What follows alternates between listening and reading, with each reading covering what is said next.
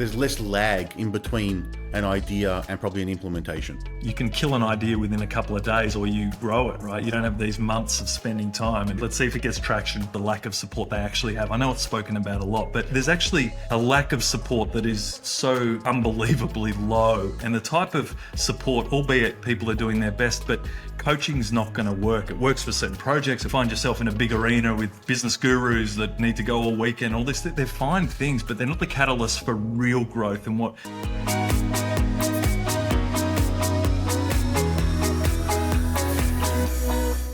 Welcome to the DevReady podcast. Joining me on the DevReady podcast today, I have Tim Krotiris. Tim, thanks for joining me. Yeah, great to be here, Anthony. Thanks for having me. It's a pleasure to have you on, and we'll jump into Backable and a bit of your background first. But just for people that don't know how the podcast runs, I've never actually met Tim before, so because I don't know anything about him, I'll let him take away an introduction and let him tell us who he is. Yeah, well, thanks, Anthony. I think maybe the most interesting thing, I started my first business when I was 16 and then realised you probably need to be a little older to legally start a business. So that was an interesting experience. But I think I've been employed about 3 months of my entire life. So we've been building and selling businesses for the last 20 odd years, and sort of all roads have led to what we're doing now, which is we've built an AI called Backable, which is obviously the thing everyone's talking about at the moment. We actually started our development of our AI about 10 years ago. So before it was The buzzword. thing. So yeah, we've been playing in this space a little while now, and there's an irony of it, because I think the technology that we're building around our business is probably going to make our original business pretty much redundant in the next few months. So it's an interesting little paradox we've got going. It's a good way to build something where you know you're improving it, that you can put yourself out of work. Yeah, it's frightening, but also exciting. I mean, you'd know it too, right? It's just it's an interesting time in human evolution. Yeah, there's a lot of stuff you can do that you couldn't do before, and the amount of time it takes you to do certain things is ridiculous. It's probably the best word to use.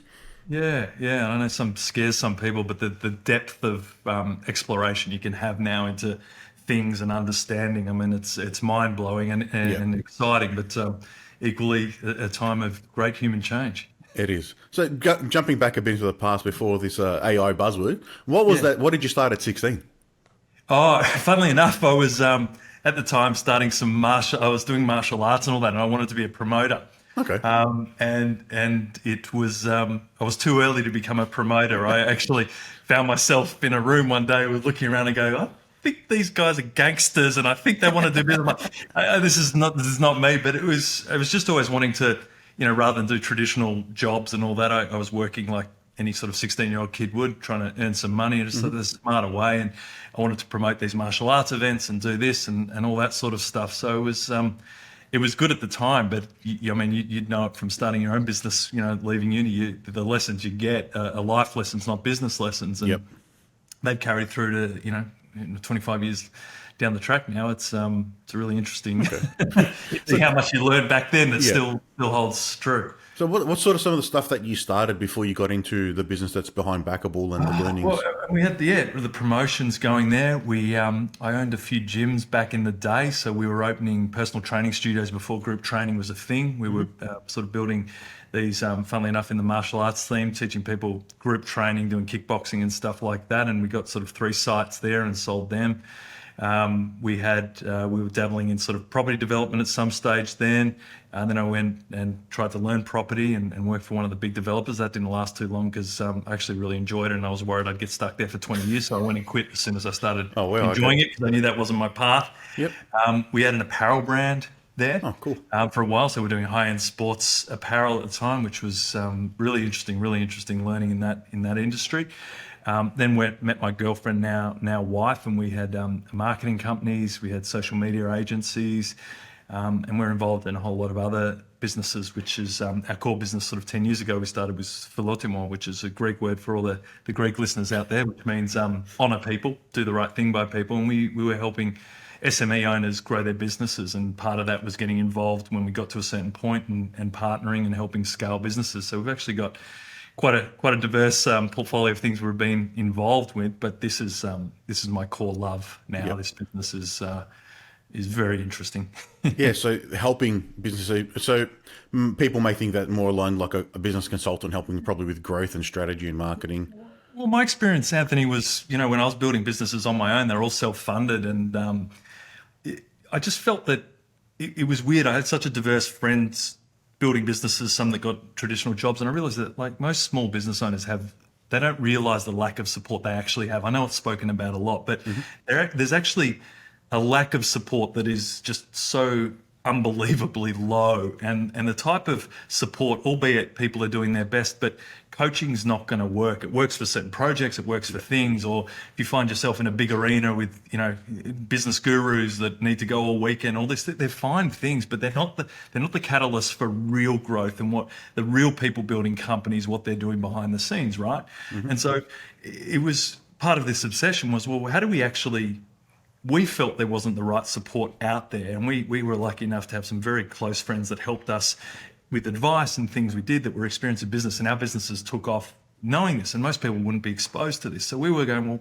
how do we provide this? How do we rebuild how advisory and support is for small businesses? And that sort of set us off on this 10-year journey of how would we completely change the way we support business owners? What would they need? How do you give them 24/7 support? How do you give them the world's best intelligence when it doesn't exist? And this was the problem we were trying to solve 10 years ago. And funnily enough, I mean, this leads into Backable, but we actually got it wrong because I thought it would end up in a machine learning type thing. So we started 10 years ago with Philotimo, which was the consulting business. And we thought the best way to rebuild what we thought consulting needed to be was actually set up a business that did it and actually do it as a research project.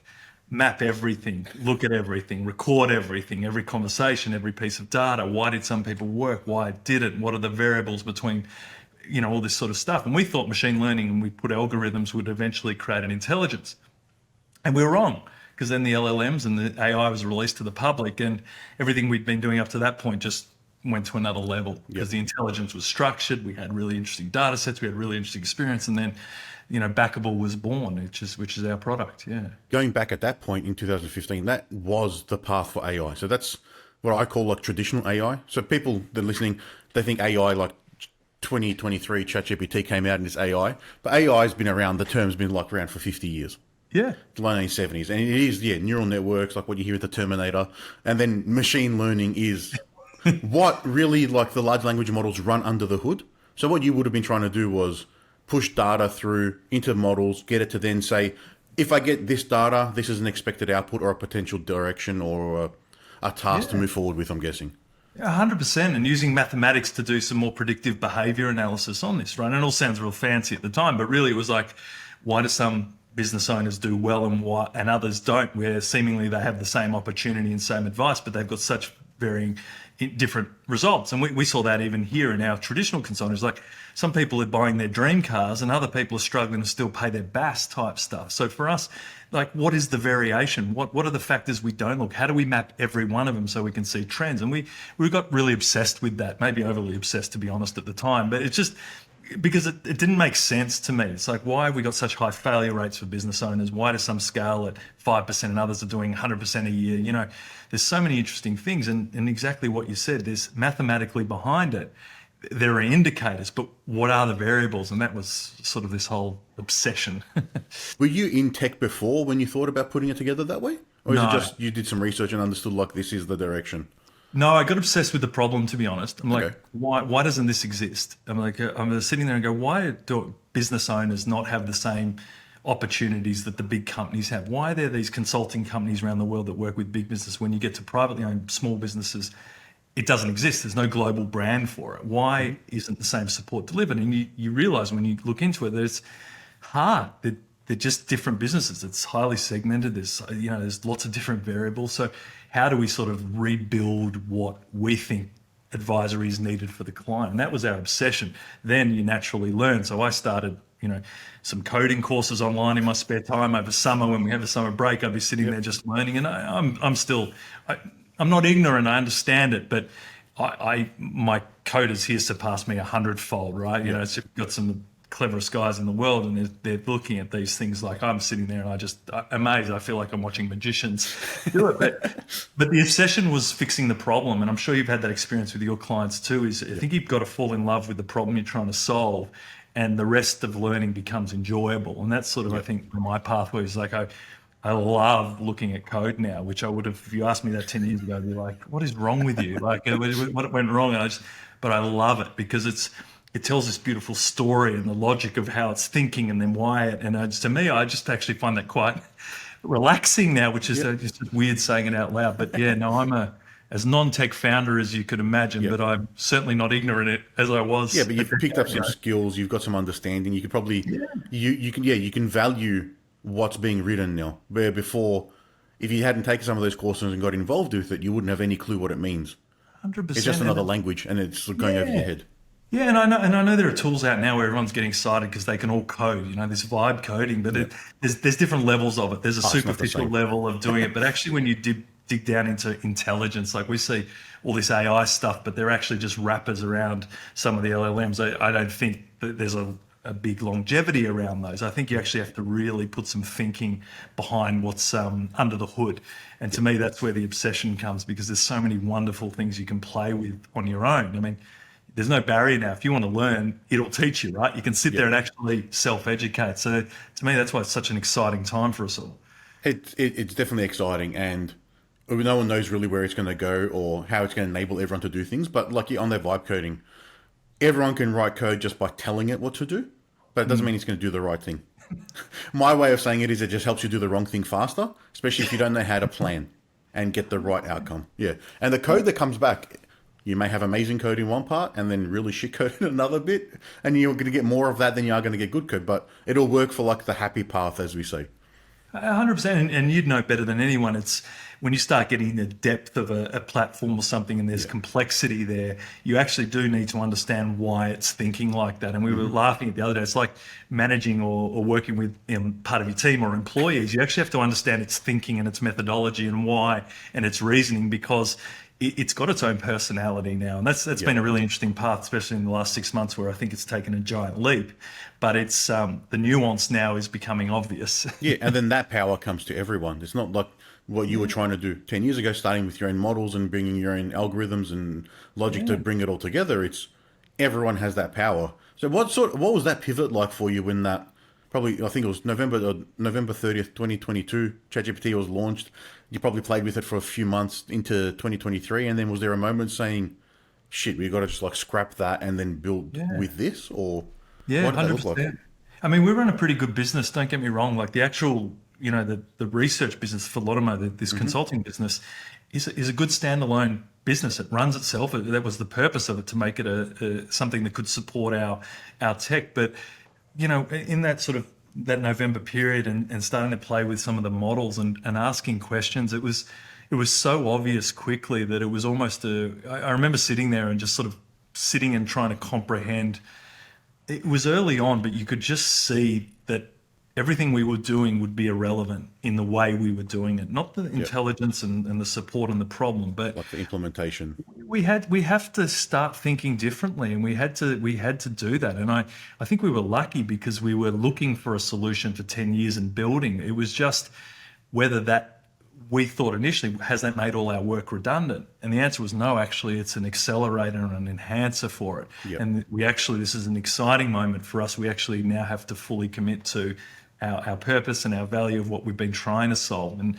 And for us, that's accelerated again to another level. Like we upped our team. We've got many more people in here, but we're hiring differently because we're bringing in different skill sets, and we're learning every day, and everyone in the world's learning every day, because these things are moving so quickly that, it's this entrepreneurial, I guess, spirit now that we have to be thinking about, well, it is this today, but who knows tomorrow, and adapt to that, not be frustrated by it.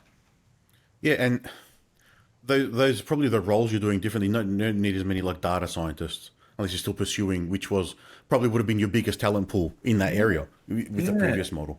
Yeah, I mean, we've still got the data science sort of guys here, because we're looking through now in different areas in what we were applying the data to and how it's going out in results, and what else can we see, and how do we start building on building. But it's if we could have one bucket of water, that's what we used to look at. Now we're looking at 10,000 at once, and it's just the richness and complexity, because Backable's quite a difficult challenge, because we've got to adapt the smartest advisory brain to an individual person. So we're not just looking at business principles, they're easy.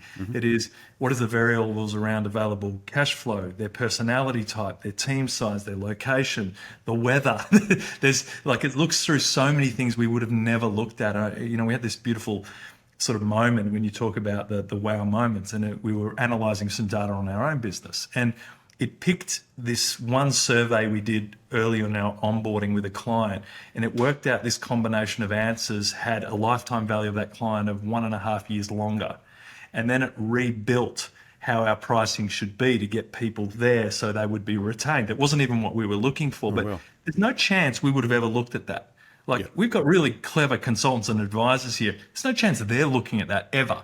And it just to sit there and as it blew my mind. I know you've had those moments as well, but I just sit there and like, we can't compete with those smarts anymore. We have to work out how to work with it. And, you know, we're excited now because we can apply that intelligence to every business owner. That's our excitement about our product. As a business owner, before AI, you had to be very careful where you spent your time because there's no way to accelerate anything. At the moment, you can accelerate a lot of things, but I think you still have to be just as careful because you can waste more time probably trying 100 different things, but never closing any of them off as well. Because especially with like ChatGPT sitting there. Yeah, well, it's the premise of our whole, you know, where we sit rather than a ChatGPT is this thing's got to think for you. So as a business owner, it's sitting there going, here are the people I have to meet. I've already contacted them. Here are the events I got to go to. I've already applied to go to them. Here's my strategic plan. I've adapted it this quarter based on your last results. So you move from a business owner needing to enact things to make decisions on data that's already been thought about and then given options. For me, that was the ultimate point that we want to get to. As an owner, I want to behave like a CEO instead of spending all my time trying to gather incomplete information, think about it, get opinions, ask again, then challenge myself because I'm like, oh, do I actually know? Is it right? Is it wrong? Is it too risky? I want all that taken out of. And that was our obsession. And, you know, I'm surprised we're even conversation here going, we built that. Like it's like no business owner, it blows my mind. It's like, you're not using this, you're so far behind. It's exciting for me. Yeah, and that passion comes through in the way you're talking about and how passionate you are about the way you're describing it and where that problem came from. And like you said, it's all about the problem. You don't build something looking to have a market for it. You have to solve a problem. And I think that's what a lot of people, like, you must deal with a lot of businesses and startups in the consulting as well. They have an idea or they're building an app. How many of them have actually thought about what are they trying to build? Not just, I had an idea and I put it together and now I'm trying to figure out who's going to buy it. 100%. We had a guy just this morning actually, and he's built this amazing, it's for agencies, and it basically analyzes and helps them build a full brand. So people are just into it, they haven't done it. So it goes through this whole thing and builds you a brand document. I remember paying 30, 40, 50 grand for these things. And it's doing it at that level for, you know, next to nothing. And it's so intelligent. It's just those things of they wanted to do better at their craft and more people allowed be able to use it and get it a high quality. It's like these are passion projects backed by smart people, but they're going to change the way we can operate. And that's a very exciting thing. And I think for a lot of our clients, it's the same thing as what is the core problem we wanted to solve when we started this business? Now how do we advance it? You know, going to guys like you and go, hey, I've got this idea. I've got no idea where to start. What do I do? You know, we were silly enough to try and do it ourselves, but to actually have, you know, companies like this you can go to and go, right, this is what we've been doing. This is where we think we can build a product.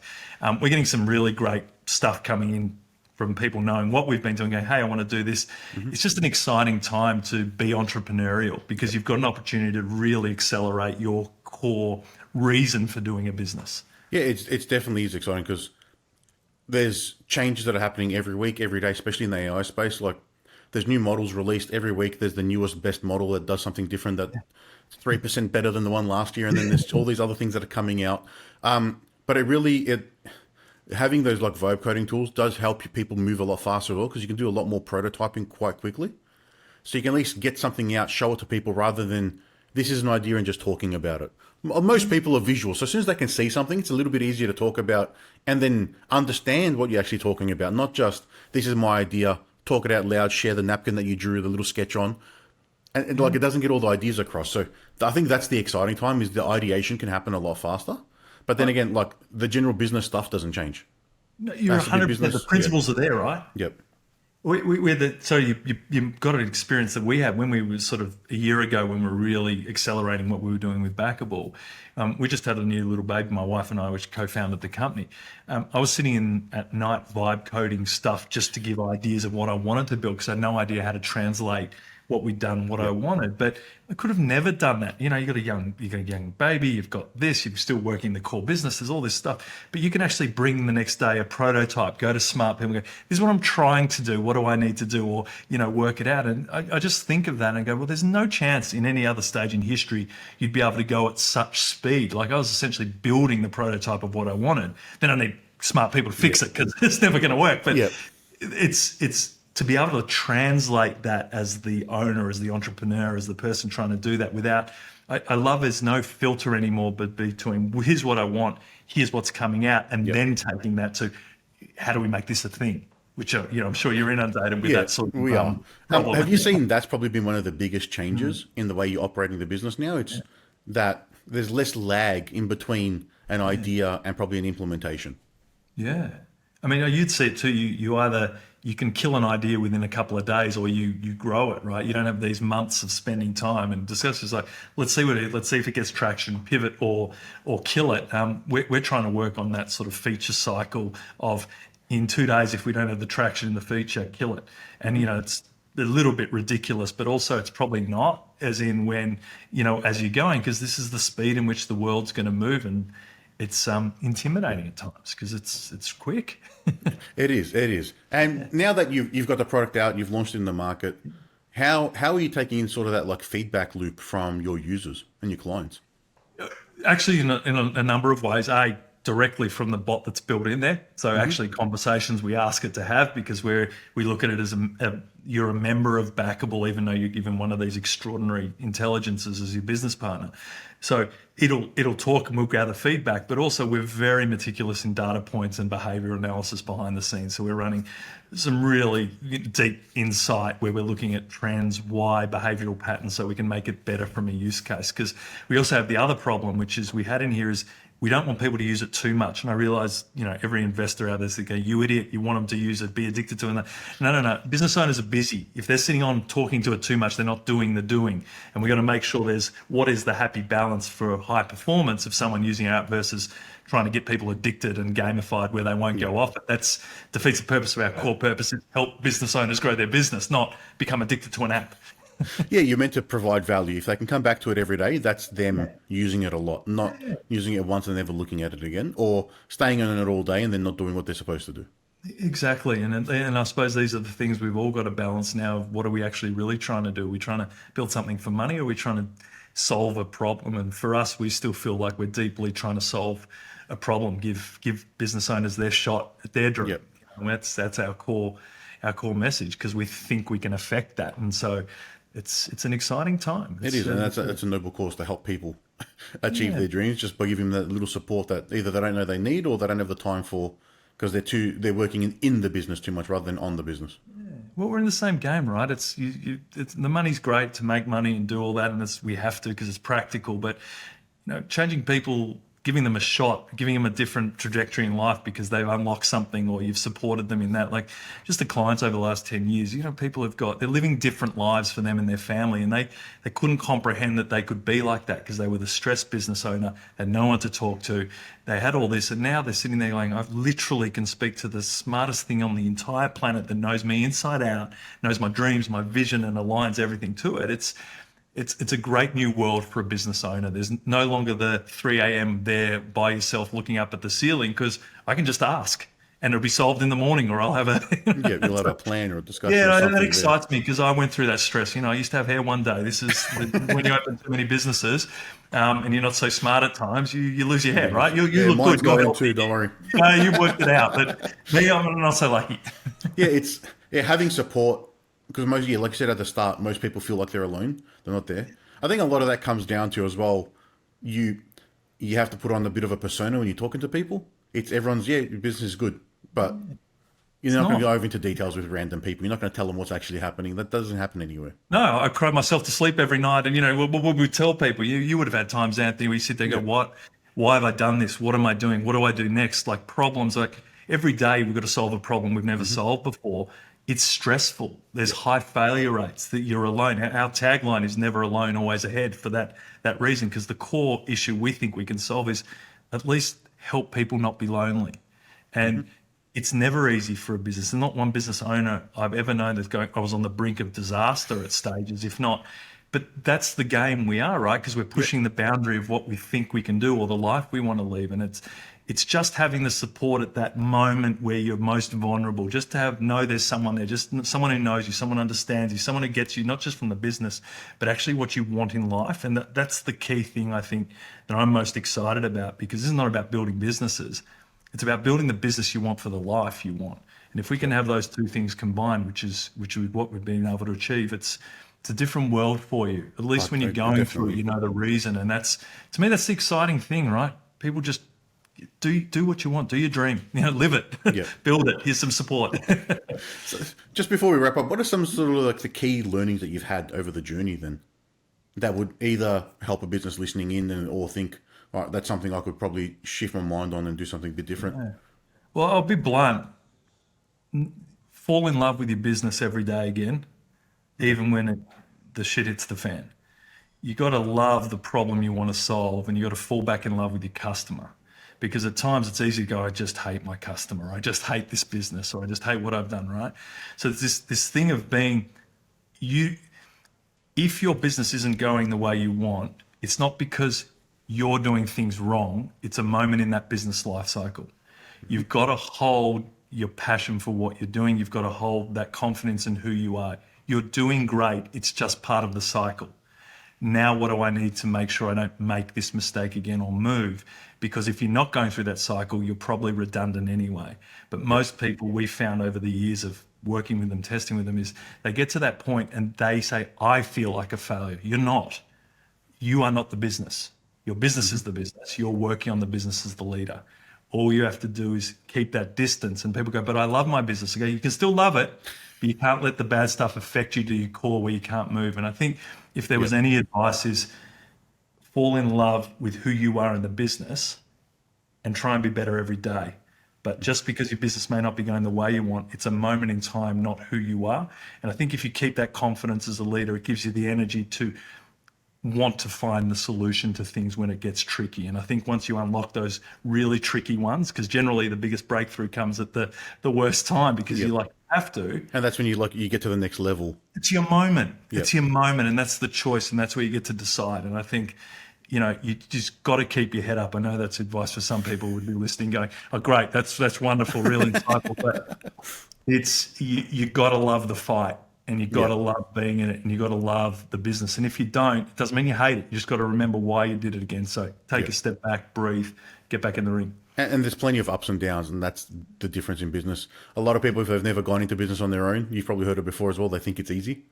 Yeah. The biggest difference for me, the way I explain it is, you go to work, you get paid. You work for yourself, you have to worry about where the money's coming from.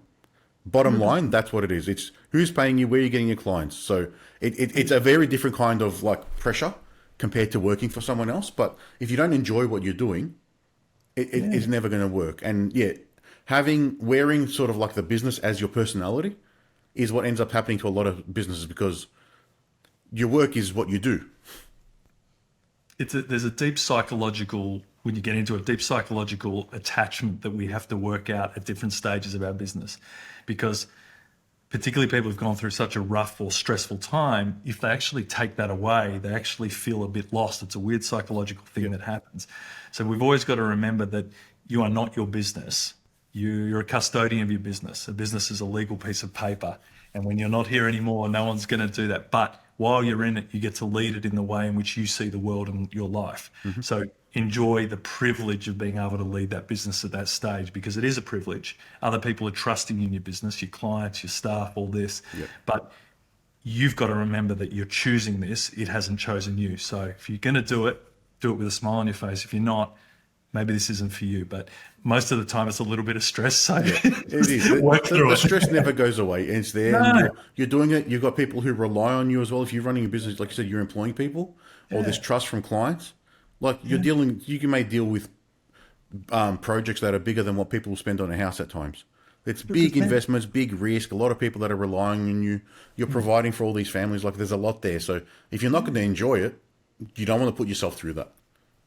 100%. Like if you think about it and you put too much weight on it, it's like, oh my God, the weight of the world's on my shoulder versus this is exactly where I'm meant to be. This is exactly what we wanted to build. And I'm the person to navigate this.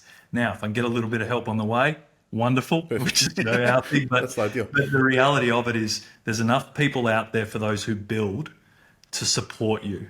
And it's when you open yourself up to a little bit of vulnerability, where you're talking about before, Anthony, is, it's hard to open up to the wrong people. But actually, when you get into the right areas and people talk like this, if I talk to you and say, hey, we're really struggling right now because this, you're not going to sit there and go, geez, Tim's an idiot. You'll sit there and go, I get it, because we've had this experience. So business owners, when they start to be vulnerable together, become powerful. And you'll find the more financially successful actually want to give back more because they remember moving through that. And this is this openness that we all need, because you're not alone and you shouldn't be, but it's a big step for a lot of people who are going through it for the first time. And someone's gone through one of your problems before. So if you can learn from them and avoid going through it, that's going to help you just move that one step closer without as much of a headache. And that's half the reason we did the podcast, is how do we help, well, all the reason, actually, not half, is like, how do we help people learn from someone else's mistakes? And a lot of the times you still have to make the mistake to learn, but if you know what they've done, you can get out of it quicker. Yeah, we're the same, Anthony. On Back, we've got a free version for one reason, because I want to make sure people always, if they need help, can be around others that will help talk and support, because we need to support each other. We're actually the backbone of the whole economy. Small businesses provide 60 to 70% of jobs globally. They're 55% of the world's GDP. Like, it's an important ecosystem for humanity. Yep. But they're the ones with the least support. And so we've got to help each other out. And so we're the same thing. You did the podcast, you're getting your message out, and it's a privilege to be here.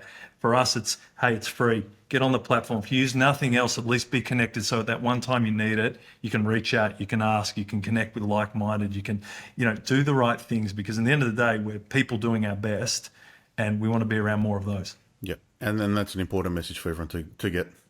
Yeah. Well, Tim, it's been a pleasure having you on today. If anyone wants to find out more about yourself or Backable, how can they do that? Yeah, backable.ai. You can sign up. As I said, it's free. It's a community. You get this amazing mind. You can try it. If you don't like it, stay, play, do all the fun things in it. But equally, it's we're here to help business owners with as much as we can. So we hope that we hope people enjoy it. We love the feedback. But again, to you, Anthony, thank you, because you're amplifying messages. You're amplifying important things that it is. No, but it's this resonates, because for that one person there who needs that bit of support, that one person there just needs a little bit. You got this. You can do this. This is an experience. It's normal. It's important at those moments, and you never realize the impact. So honestly, well done. Thanks for having me on. It's been really nice to meet you. Nice to meet you too. And yeah, we'll add all that to the show notes and let everyone reach out if they ever need you. Amazing. Look forward to catching up. All right. Bye. Right. See you, Anthony.